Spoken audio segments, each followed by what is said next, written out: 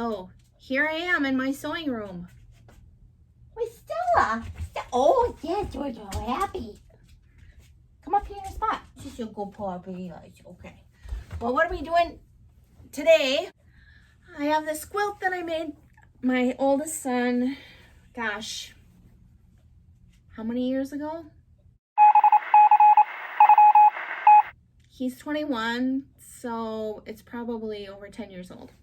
It's got lots of holes, as you can see, because it was well loved. And I'm gonna try to repair it, and I'm gonna use my long arm.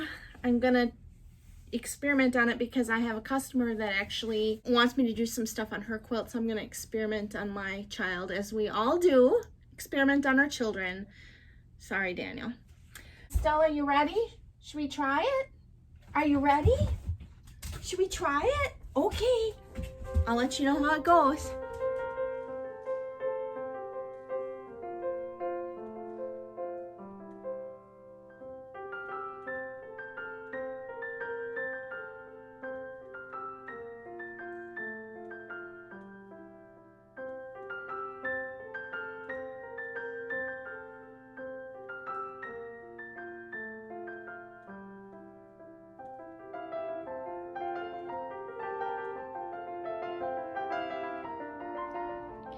Here's Daniel's quilt on the quilting machine here, and you can see I have been patching bad spots.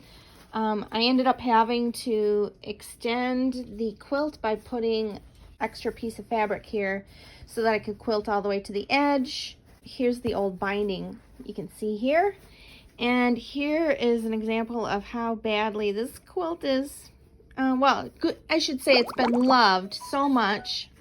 What I did is I ended up cutting this one completely out and making new squares by just cutting them out, ironing over the raw edges, and then quilting them right onto the old quilt.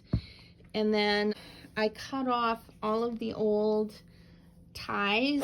You can see this had a tie in it. Actually, you can see better up here. This had a tie in it, and I'm just going over it with the new quilting and having fun just patching. We need our coffee, right, Stella? Mm-hmm.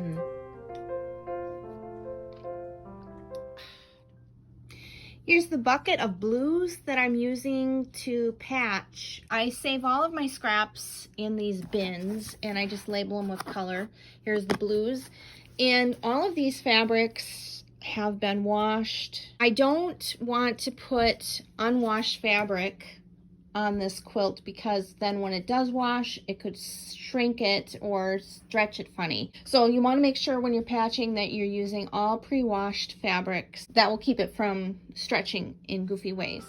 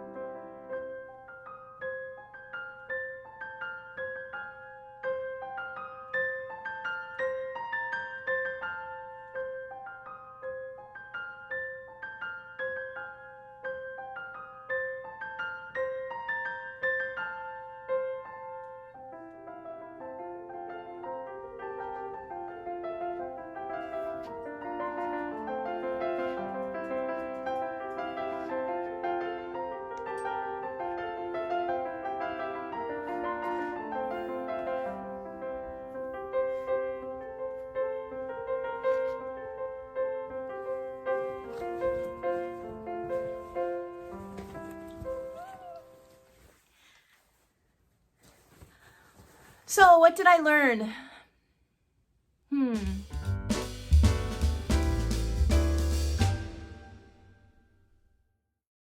I think I learned that in the future, I'm going to make sure that my pieces that I add to the quilt are all ironed and ready to go.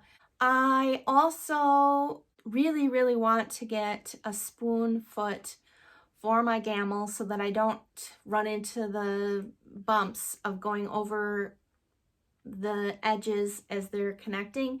It was really difficult to do with my regular foot.